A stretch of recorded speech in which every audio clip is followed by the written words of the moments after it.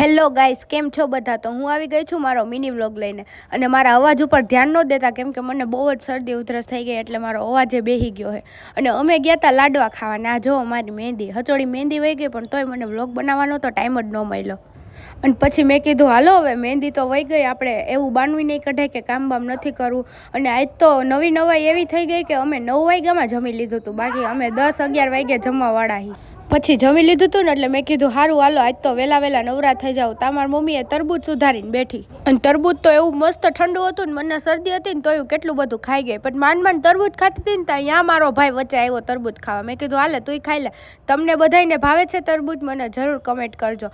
પછી હવે મને ગઈઢે ગઢપણે ભણવાનું યાદ આવ્યું. મારા ભાઈ પેલું કદમ ચોપડી લઈને આવ્યો ને, એટલે મેં કીધું લાવતો હું હવે એમાં વાર્તા વાંચી લઉં. તો હું અહીંયા બેઠી બેઠી વાર્તા વાંચતી હતી. એટલે હવે મેં કીધું એટલી બધી ગઈઢી હું થઈ નથી ગઈ, મારી ભણવાની ઉંમર જ છે, પણ આ તો મારે ભણવું નથી.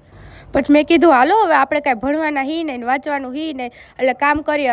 અને મારા પપ્પા તો એનો પગ ભાંગીને બેઠા હતા, એટલે એને તો હાવ શાંતિ હતી. એટલે મેં કીધું હાલો હવે આપણે તો કામ કરવું જ જોઈએ. અને હું તો એવી બધી સેડારી થઈ ગઈ હતી ને કે હાવ વાત જ પૂછોમાં. હવે આપણને ગમે એવી મજા હોય કે ન હોય, પણ આપણે કામ તો કરવું જ પડે. મારી બેને જો આવું બધું કામ પડ્યું હતું ને, તો એ રૂમમાં બેઠી બેઠી એનું જ કામ કર્યા રાખતી હતી. મેં કીધું હાલો હવે એ કાંઈ કરશે નહીં, મારે ઊભું થવું જ જોઈએ.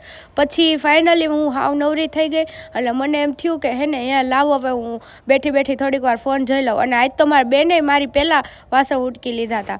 એટલે હું અંદર ગઈ ને તો મારા પપ્પા છે ને એને બિચારાઓને પગ તો દુખતો હોય, એટલે એ બેઠા બેઠા ફોન જ જોતા હતા, બીજું તો કાંઈ કામ કરી ન શકે.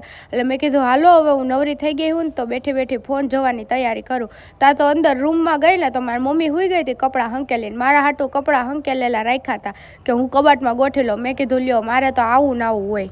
પછી મેં કીધું કપડાં નહીં મૂકું તોય મમ્મી મને હે ને અહીંયા મારવા મળશે, એના કરતાં કપડાં મૂકી જ દઉં. પછી માંડ કપડાં બપડા મૂકીને હાવ નવરી થઈને ત્યાં અહીંયા મારા માસીનો વિડીયો કોલ આવી ગયો. આ તો સારું મારા મમ્મીનો ફોન છે એની પાસે છે, બાકી મારે તો 2 કલાક સુધી રાહ જ જોવી પડે ફોનની. અને તમને બધાને ખબર જ છે કે મમ્મીની માસીની વાતો એટલે કેટલી વાતો હોય, 1-2 કલાક સુધી તો ખૂટે જ નહીં. મેં કીધું હાલો હવે એ ભલે વાતો કરે, આપણે આપણું કામ કરીએ ફોન જોવાનું. તો આજનો તમને મારો મિની વ્લોગ ગમ્યો હોય તો લાઇક, કમેન્ટ, શેર ને સબસ્ક્રાઈબ જરૂર કરી દેજો. Tata bye bye guys.